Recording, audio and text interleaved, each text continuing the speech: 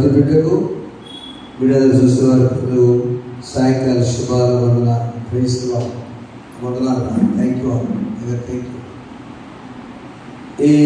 అలాగే బిడ్డలు చూస్తున్నారు చాలామంది. మీ ప్రేమను బట్టి, మీకు ఆశను బట్టి దేవుడు మీ పట్ల జరిగించే కార్యాలను బట్టి వాక్యంలో సంఘముతో కలిసి ఏకీభవిస్తున్న ప్రతి ఒక్కరికి పేరు నేను వందనాలు చెల్లిస్తున్నా. గత కాలంలో ఒక అంశం, నీ భారం యెహోవా మీద మోపము, ఆయన నిన్ను ఆదుకుంటాడు. అలాంటి బిడ్డలు వచ్చింది. నేటి అంశము, దేవుని పైన భారం వేసిన వ్యక్తి ఫలించాలి. We should live fruitful life. ఆ ఫలించడంలో చదువున వాక్య భాగం నుండి కీర్తన గ్రంథంలోని మొదటి కీర్తన, దేవునితో ఫలించుట అనగా దేవుడు ఫలించిన దేవుడు కాబట్టి చదువున వాక్య భాగం చూడండి. అతడు ఎవరంటే, అతడు ధర్మశాస్త్రాన్ని దివారాత్రం ధ్యానించేవాడు ధన్యుడు. అతడు ఎలా ఉంటాడంటే, నీటి కాలువ ఏమన్నా నాటబడ్డా చెట్టు వలె ఆకు వాడక తన కాలం తన టైంలో ఫలం ఇస్తాడు. ఈ మాటలు ధ్యానం చేస్తున్నప్పుడు దేవునికి ఫలించుట ఎలా, అది భౌతికపరమైనది కనిపించదు. కానీ దేవునితో నడిచిన వారు, దేవుని నమ్ముకున్న వారు భౌతికంగా అందరికి కనిపించేటువంటి ఆ దీవెనలు ఉంటాయి. కానీ ఆధ్యాత్మిక ఆశీర్వాదాలు అధికంగా ఉంటాయి. మీకు ఉదాహరణ, బైబిల్లో ఉన్న ప్రతి భక్తి పరుడు కూడా దీవించబడ్డారు, ఆశీర్వదించబడ్డారు. కానీ అది ఈజీగా లేదు. ఉదాహరణకి, దేవుడు ఏర్పాటు చేసిన మానవుడు ఆదాము ఆదికాండం 3వ అధ్యాయం 22-24 చూసినప్పుడు, ఆదామును దేవుడు ఎంత ప్రేమించి సృష్టిని అప్పగించాడో, అయినా కూడా ఆయన ఫలించి దున్ని అభివృద్ధి చెందమని దేవుడు చెప్పిన ఆదాము యొక్క జీవితము అంత సాఫీగా జరగలేదు. 3వ అధ్యాయం 22 చూద్దాం.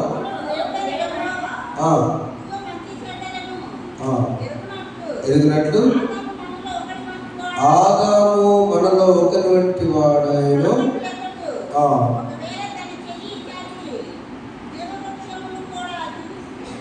ఈ జీవవృక్షం కూడా తీసుకొని తిని నిరంతరము జీవించలేమోనని దేవుడైన యెహోవా ఏ నేల నుండి తీయబడినో దాన్ని సేద్యపరచుటకు ఏదైనా తోటని పంపిణీ చేస్తాడు.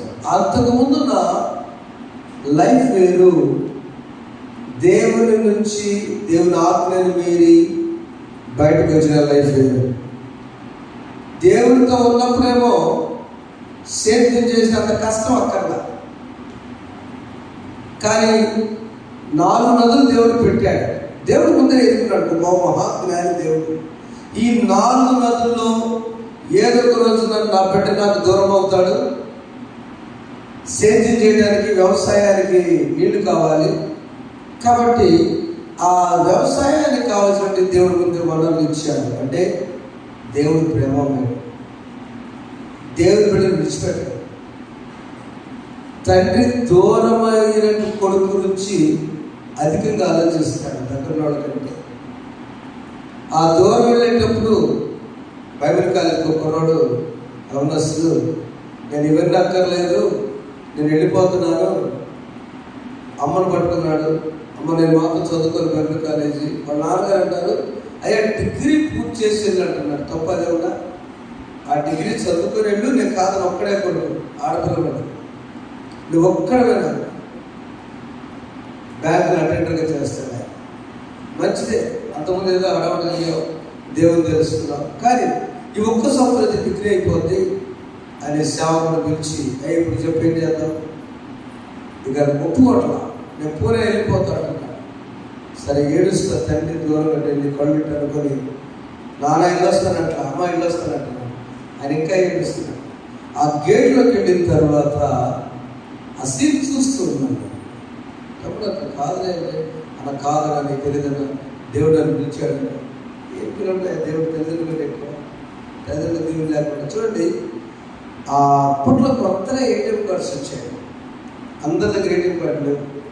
ఆ కొత్తగా ఏటీఎం కార్డు వచ్చినప్పుడు ఆ కార్డు తెచ్చి వాళ్ళ అమ్మకి ఇచ్చి ఆ పిన్ నెంబర్ పేపర్లో చుట్టి అండి వాడుకోవచ్చు. చెప్పడం ఒకసారి, తండ్రికి దూరమైన కొడుకులు కూడా తండ్రి విడిచిపెడతాడా? తర్వాత చాలా అమ్మ నాన్నట్టున్నాడు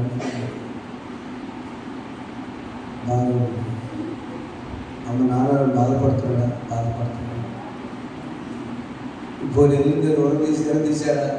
మధ్యలో వచ్చేసి చూడండి, తండ్రి తల్లి ఆశీస్సులు లేకుండా అది సేవ అయినా, ఉద్యోగమైనా, వ్యాపారమైన, వ్యవసాయమైనా వర్ధిల్లదు. కానీ తండ్రి ప్రేమ మాత్రం దేవునితో కలిసి ఫలించాలండి. అది ఇంపార్టెంట్ అండి. దేవుని నుంచి దూరమై ఏడ్చారు. దేవుని నుంచి దూరం అయితే చెమట ఆదా పరిస్థితి అక్కడ. ఇదిగో దేవుడు దున్ని భూమిని సేద్యపరచువాడు కాబట్టి ఈ పొలంలో కొంత ఆయన పని చేసుకోవాలి కాబట్టి అని దేవునితో కలిసి పనిచేయని ఆయనగా భూమి మీద మానవుడిగా పనిచేయడం మొదలుపెట్టాడు మానవుడు. బట్ దేవుడు కోరుకుందంటే ఇక ఆదాము నాటి నుంచి నేటి వరకు ఏ మన్ను నుంచి తీయబడ్డాడో ఆ మన్నుని మనలో ఎప్పుడు దున్నుతూనే ఆహారం వస్తుంది. ఎక్కడి నుంచి వస్తుంది మనకి? ఇవన్నీ వేరే వస్తుంది. చూడండి, దేవునితో ఫలించాలని ఆశపెట్టే వ్యక్తి దేవుని చెప్పుడు కూడా దూరం కాపాడు. నెంబర్ 1. దేవుడితో నెంబర్ 2 ఏంటంటే, చూడండి ఒకసారి 37వ కీర్తన 35వ వచనంలో, కీర్తన గ్రంథం నుంచి 37వ కీర్తన 35వ వచనం మనం చూసుకుందాం.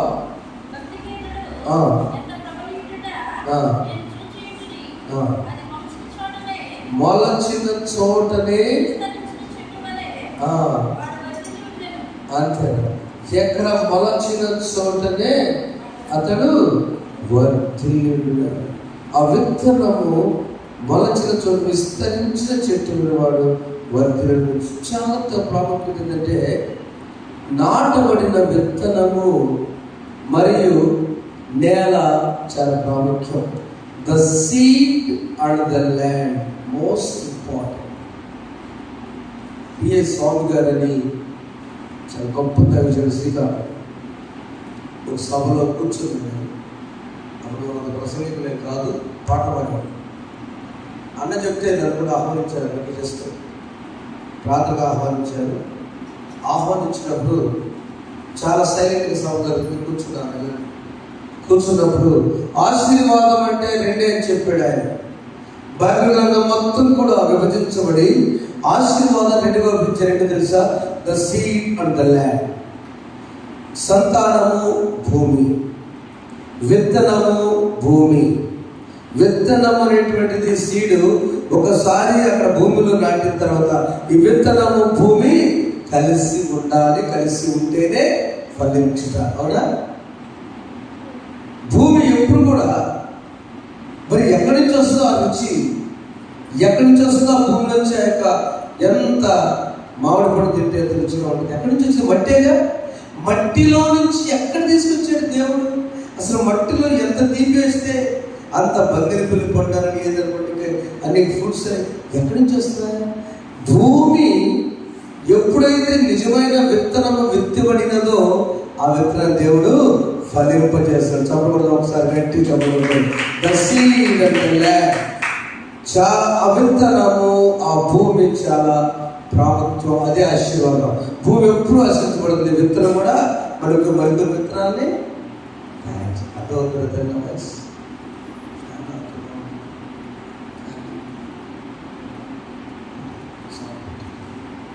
విత్తనము ఏదైతే, ఏ విత్తనం అయితే మన నుంచి దేవుడు కోరుకుంటాడో అది దేవునితో కలిసి పనిచేసే విత్తనమైందని కొంచెం అర్థం చేసుకోండి. 92వ కీర్తన 92వ కీర్తన 12వ చదువుతుందిగా. నీతిమంతులు నీతిమంతులు ఖర్జూర వృక్షం వలె మొవ్వవేయుదురు. లెబనోను మీది దేవతా వృక్షముల వారు ఎదుగుదురు. వాళ్ళు ఎలా ఉంటారు? 11వ వచనంలో, యెహోవా మందిరములో నాటబడిన వారై వారు మన దేవుని ఆవరణములలో వర్ధిల్లుదురు. ఈ విత్తనము ఎలా నాటబడాలి, ఎక్కడ నాటబడాలంటే దేవుని మందిరములో నాటబడాలి. అది దేవుని మొదటిగా దేవుని చేత ఆ ఆశీర్వాదం తీసుకొని వెళ్ళాలి. తండ్రి చేత ఆ విత్తనాలు ప్రార్థన చేయించుకునో, అవునా, యజమానుడు ఎవరు అయ్యా నేను చేలో చల్లబోతున్నానని ఆ విత్తనాలను ప్రార్థన చేసుకుని జరుగుతాం కదా భూమిలో. అంటే నీ వర్ధిల్లాలి అంటే నీ కుటుంబం నుంచి, నీ తల్లిదండ్రుల నుంచి నువ్వు దీవించడానికి ఈ విత్తనం వెళ్ళాలి. రెండవది నాటబడేటువంటిది ఏంటంటే ల్యాండ్ దేవుని మందిరములో నాటబడాలి. నీయందు భయభక్తులు గలవా ఎడల దయచూపుచున్నావు తరతరముల వరకు. నీయందు భయభక్తులు గలవా ఎడల దయచూపుచున్నావు తరతరముల వరకు. నీయందు భయభక్తులు గలవా పిల్లలు, నీయందు భయభక్తులు గలవారి పిల్లలు నీరు కట్టుకోవడమే బహుగా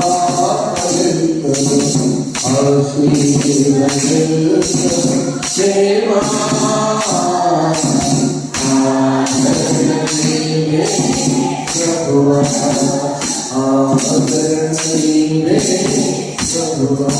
నీకు భయభక్తులు ఎట్లా ఉంటారమ్మా? నీరు కట్టుకోవడం వల్లే బహుగా నడుస్తాయి. ఇప్పుడు చాలా నీళ్లు పెడుతున్నారు. ఒక ఆయన నాకు ఎప్పుడు ఎదురు చెప్పారు, నా మాట అంటే చాలా గౌరవం.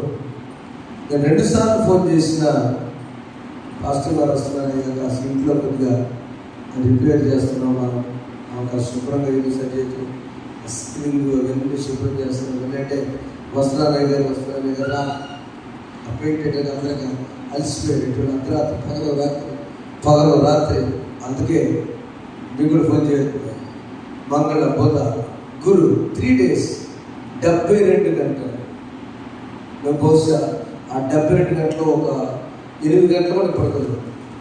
అంత కంటిన్యూస్ వర్క్ చేసి ఆ రాత్రి వచ్చారు.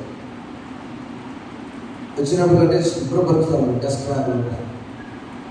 అప్పుడు ఎప్పుడు అది చెప్పి వాళ్ళు అడిగారు కదా, నా బాధ మీకు తెలియదు, చేను నీళ్ళు పెడుతున్నాను, చేనులో ఉన్నాను నేను, ఏ చిన్న సమస్యలు వాళ్ళు క్షమించాను సార్, నేను ఎందుకు రానుకున్నా నాకు కారణం తెలియదు. ఆ పై వాళ్ళు నీళ్లు మాకు వదలలేదండి, ఇబ్బందులు ఉన్నాను. అరే నీటి అవసరం ఉండదు, నీటి అవసరం ఉండదు. పోనీ గట్లు సరిలేవనుకోండి, ఆ గట్లు మనం ఏం చేయాలి? 65 కేంద్రం అదే కదా, దుక్కులను దంచాలి, దాని గనిమలనేమో చదువు చేయొచ్చు, వాదనల చేత. You have the boundaries. నీ నీరు నిలబడాలంటే మన అంశము దేవునితో ఫలించాలి. దేవునితో ఫలించాలంటే ఆ విత్తనము దేవుని మందిరం నాటబడాలి.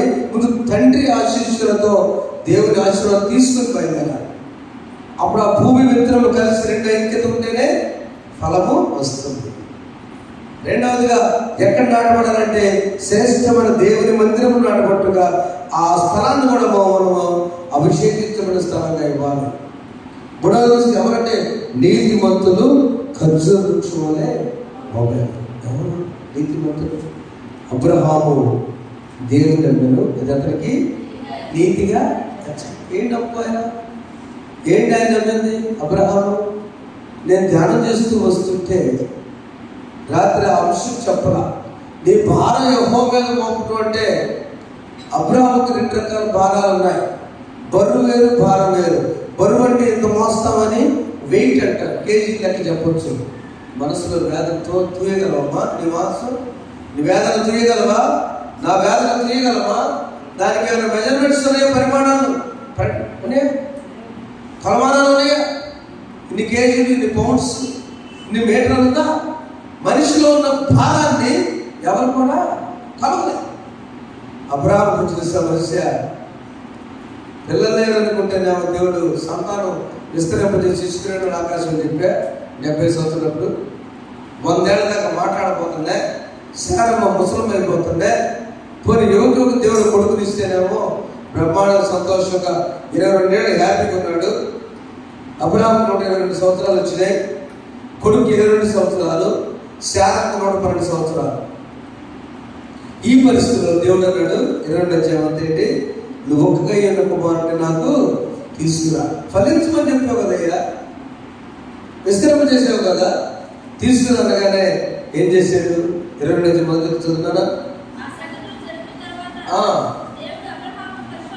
పరిశోధించను. అబ్రహాము అని పిలవగా చిత్తప్రభను.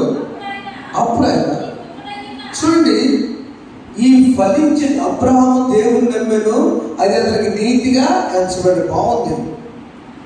నీతిమంతులు ఖర్జూర వృక్షంలాగా మొహం వేస్తారు, ఇది బాగుంది. ఆ నీతిమంతుకు వచ్చిన పరిశోధన పరీక్ష ఏంటంటే చదువునా. అప్పుడు ఆయన చూడండి, ఫోకస్, నీకు ఒక్కడై ఉన్న నెంబర్ 2 నీ కుమారుని అనగా ఇంకా పొడుస్తున్నాడు దేవుడు, ఇంకా గట్టిగా చూపున్నాడే. నీకు ఒక్కడా ఉన్నాడు, ఒకే కొడుకున్నాడే. ఆయన ఒకరు మర్చిపోతామేమో, నీవు ప్రేమించిన ఇస్సాకును. ఇస్సాకు తండ్రి. మన అవసరం ఏమిటంటే దేవుడితో కలిసి ఫలించేటప్పుడు శ్రమలు కూడా వస్తాయి. దేవుడితో కలిసి ప్రయాణం చేసేటప్పుడు ముందు సముద్రాలు కూడా ఎదురవుతారు. అతను చెప్పారు మోషే సముద్రం. దేవుడితో కలిసి ఫలించాలి ఆశీర్వదికి కొన్నిసారి ముళ్ళకంచి కూడా, అగ్నిగుండాలు కూడా షట్టకి వేసినప్పుడు రాలేదా? వస్తాయి. సింహాల గొప్పలు ఎదురవు కదా? వస్తాయి. ఫలించడం మాత్రం ఎక్కడ దేవుడు ఆపినట్టుగా బైబిల్లో లేదు. అబ్రహాము దేవుని నమ్మినంతకి నీకు రిజల్ట్ ఏంటి? అక్కడ 22 చివరేంటి? అబ్రహాము ఓయినాయన నువ్వెంతటి వాడు, నీకే ఏకైక కుమారుడు వెనుదీయలేదు కనుక ఇగో అక్కడ గొర్రె పొట్టేలో ఉంది, ఆయన వదిలించు. నువ్వు దేవునికి భయపడబడని 2వ వచనం. నువ్వు దేవునికి అప్పుడు ఆయన ఆ చిన్నవారి మీద చేయవేయకము, అతనేం చేయకము, వెనుదీయలేదు కనుక నీవు దేవునికి చెప్పకూడదమ్మా. దేవునికి భయపడటం ఉంటుంది. దేవునికి భయపడటం శిలువు కనపడగలిగినట్టు కాదు. దేవునికి భయపడే గుడి కనపడగలిగినట్టు కాదు. దేవునికి భయపడే give priority to God the almighty. సర్వశక్తి కలిగిన దేవునికి ప్రాధాన్యత ఇవ్వమంటే దేవునికి ఒక స్థానం. ఫలించాలంటే తండ్రిని దేవుని ఆశీస్సులు తీసుకో. 2వ విత్తనము దేవుని మందిరము నాటబడినగా నీ ఇల్లు దేవుని మందిరము తయారు చేయాలి. నీ పొలము దేవుని మందిరము తయారు చేయాలి. నీ వ్యాపారము, నీ ఉద్యోగము, అదేదైనా కూడా నువ్వు ఏది చేయాలనుకున్నా కూడా లార్డ్ ఇది నాది కాదు నీదయ్యా అని పని ప్రారంభించినప్పుడు దేవుని మందిరం నాటబడితే నీతి మందిరం ఖర్జూర వృక్షంలోనే మోగేస్తారు. అబ్రహాము ఆ మొరియా కొండని ఆ బలిపీఠం కట్టి ఆ గొర్రె పొట్టని బదులు ఇస్సాకు పెట్టినప్పుడు ఇది నాకెందుకు, నువ్వు ఇచ్చావు, నువ్వు తీసుకో. యెహోవా ఈరే కొడుకడిగాడుగా, నా అన్యులే కానీ కట్టెలన్నీ కానీ నిప్పుంది కానీ వదిలించడానికి గొర్రెలు లేదు. అసలు ఆ బాధ, ఆ భారం భార్యకి ఏం చెప్పాలి? ఈయనెట్లా తిరిగి మంచిగా వెళ్ళాలి? మళ్ళీ ఇలాంటి కొడుకు మళ్ళీ ఎలా ఇస్తారు? ఈ భారం ఆలోచిస్తే, మనిషిగా అబ్రహాము ఆలోచిస్తే ముందు గుండెపోటు అబ్రహాంకి వచ్చింది. అవునా? దేవుడితో ఫలించేవాడుగా, దేవుడితో పయనించేవాడుగా, దేవుడితో ప్రయాణం చేసి నడిచేవాడు ఉన్నాడు. కాబట్టి నాకెందుకు లేప, యెహోవా ఈరే ఫలించే వ్యక్తి, ఆయన చూసుకుని కాక ఆమె, యెహోవాయే చూసుకుని కాక ఆమె. నీటి కాలువ నాటబడి చెట్టు భయపడదు, చెమ్మ ఉంటుంది, తోడుంటుంది చెమ్మ. ఎడారులో చెట్టు అయితే భయం, నీళ్ళు ట్రై అయిపోతుంది కదా. నీటి కాలువ పక్కన చెట్టు దేవుని విశ్వాసి, ఇప్పుడు అందుకనే వాళ్ళ మనవడికి ఏం పేరు పెట్టే తెలుసా? అబ్రాహాము కొడుకు ఇస్సాకు, ఇస్సాకు కొడుకు యాకోబు, యాకోబు కొడుకు యోసేపు, ముది మనవడు. యోసేపు పేరు ఫలించేది కొమ్మ. ఏం పేరమ్మా? ఫలించేది. ఎక్కడి నుంచి వచ్చింది కొమ్మ? ప్రేమ పేరు పెట్టాను. ఇలాంటి కలుస్తాను రైతుల వద్దు. చాలా అంశాలు ఉన్నాయి, కానీ దేవుడి రాత్రి నాతో మాట్లాడే మాట మత్తయి సువార్త 7వ రోజు మార్చండి. మత్తయి సువార్త 7వ అధ్యాయము 17వ వచనంలో మనము ఫలించడానికి దేవుడు ఒక సూక్తి చెప్పినాడు. చూడండి, మంచి చెట్టు మంచి ఫలములను ఫలించను. అంతే చాలు. మంచి చెట్టు మంచి ఫలములను ఫలించను. ఏ చెట్టుగా మనం ఉన్నాం? ప్రతి మంచి చెట్టు మంచి ఫలం ఫలించను. పనికి మాలిన చెట్టు చూడటానికి పైకి ఉంటారు. దొండకాయలు 2 చిన్నపిల్లలు ఆడుకుంటారు కదా పొలంలో. అది దొండకాయ తినడానికి పిచ్చి చుట్టాలు సేమ్ అంతే. అది పట్టి ఎర్రకుంటే నోటేసుకుంటాం సరదా చిన్నపిల్లలు పొలాల్లో. కానీ కూరకు మాత్రమే పనికి మాలిన మన ఉద్దరు ఫలించే చెట్లుగా ఉన్నారు. నీ నిజమైన ద్రాక్షాలని నా తండ్రి వ్యవసాయం 15వ వ్యవసాయం. ఆ యొక్క వ్యవసాయం కింద ఆదాము ఎలా ఉన్నాడో సిద్ధపరిచాడో ఈరోజు వాక్యం అనేటువంటి ఈ భూమి, హృదయమైన భూమిలో ఈ వాక్య విత్తనాలు మంచి పడాలి. రేపు చోటకి వెళ్తానండి. చాలాసార్లు ఈ సాక్ష్యం చెప్పాలి.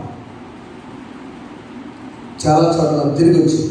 టీవీలో ఎంతమంది నాయకులు ఉంటే అంతమంది నాయకులు, అంతమంది అన్నయ్యలు, అంతమంది అంజూరకాయలు, అన్ని తైల అభిషేకాలు చాలా తిరిగి వచ్చింది. చివరికి తన కొడుకేమో కుమార్తె పుట్టింది. కూతురు పుట్టిపోతే బాధ అంతే కదా. ముందు వివాహం అయిన తర్వాత చాలా వేదన పడుతుంది. చాలా మంచివాడు పిల్లవాడు. నేను ఎప్పుడు వచ్చినా అల్లుడుగా అమలుస్తే ధైర్యం పర్లేదు సార్, దేవుడు ఆ టైం ఇస్తా అంటారు. కానీ ఏమని మాత్రం బైబిల్ ముందు వాక్యం చదివి బిడ్డ. ఒక దినాన్ని ఎందుకో క్రిస్మస్ సీజన్లో వచ్చారు. వాళ్ళ అమ్మగారు పిలిచి ఆ పాప రాలా, ఒకటి రాదు, నేనే పిలిచి ప్రార్థన చేస్తాను. ఎందుకంటే ప్రార్థన చేస్తాను. నాకు అనిపించింది దేవుడిని ఖచ్చితంగా డిసెంబర్లోనే నీ కుమార్తె గర్భవతి వచ్చింది. దృష్టి ప్రార్థన చేయాలి. తెల్లవారుజాము పైగా క్రిస్మస్ ఆరాధన రామా అనిష బాబు ప్రార్థన చేస్తాను. ఈ మాట నేను దైవజనుడిగా చెప్తూ ఉన్నాను. నీ కుమార్తె వచ్చే ఈ రోజుకి వేల పట్టేదని దేవుడి కృపలో ఆ పాప జనవరిలో కలిసి కుమారుడు పుట్టాడు. రేపు అన్నప్రాసం చంద్రబాబు దేవుడు గొప్ప. అబ్రహాము దేవుని అది అతను నీతిగా ఇచ్చాడు. అబ్రహాము కుమారుడు ఆ విత్తనం ఎలాంటి విత్తనం అంటే దేవుని నమ్మాడు. ఇస్సాకు విధేయత చెప్పాడు. ఇస్సాకు కొడుకు యాకోబు ఏశావులో, యాకోబు ఇశ్రాయేలుగా మారి దేవుని నమ్మాడు. యాకోబు సంతానంలో యోసేపు దేవుని నమ్మాడు. విత్తనం ఎక్కడి నుంచి వచ్చిందమ్మా? అబ్రహాము దగ్గర నుంచి. మంచి విత్తనము మంచి చెట్టుగా మంచి ఫలాన్ని ఇస్తుంది. అది ready to be as good fruit, good seed. ఒక మంచి విత్తనముగా తయారవుదాం. మన బిడ్డలు తయారు చేద్దాం. అప్పుడు దేవుడు మీ కుటుంబాలను మిమ్మల్ని ఫలింపచేయుగా. ఆమె విశ్వాసము విత్తనం, ప్రార్థన విత్తనం, వాక్యము విత్తనాలు నీ హృదయమైన నేలలో పడ్డప్పుడు విత్తనము మరియు భూమి నేల కలిసినప్పుడు, నీరు పోయబడినప్పుడు అది ఫలిస్తుంది, ఎదుగుతుంది. తరతరాలకు ఆశీర్వాదం. పరిశుద్ధులకు స్తోత్రం. విన్నవారికి నీరు పెట్టి ఫలించి యేసు నామములో కూర్చున్నాం తండ్రి. ఆమేన్. దేవుడు దీవించుగాక. ఆమేన్.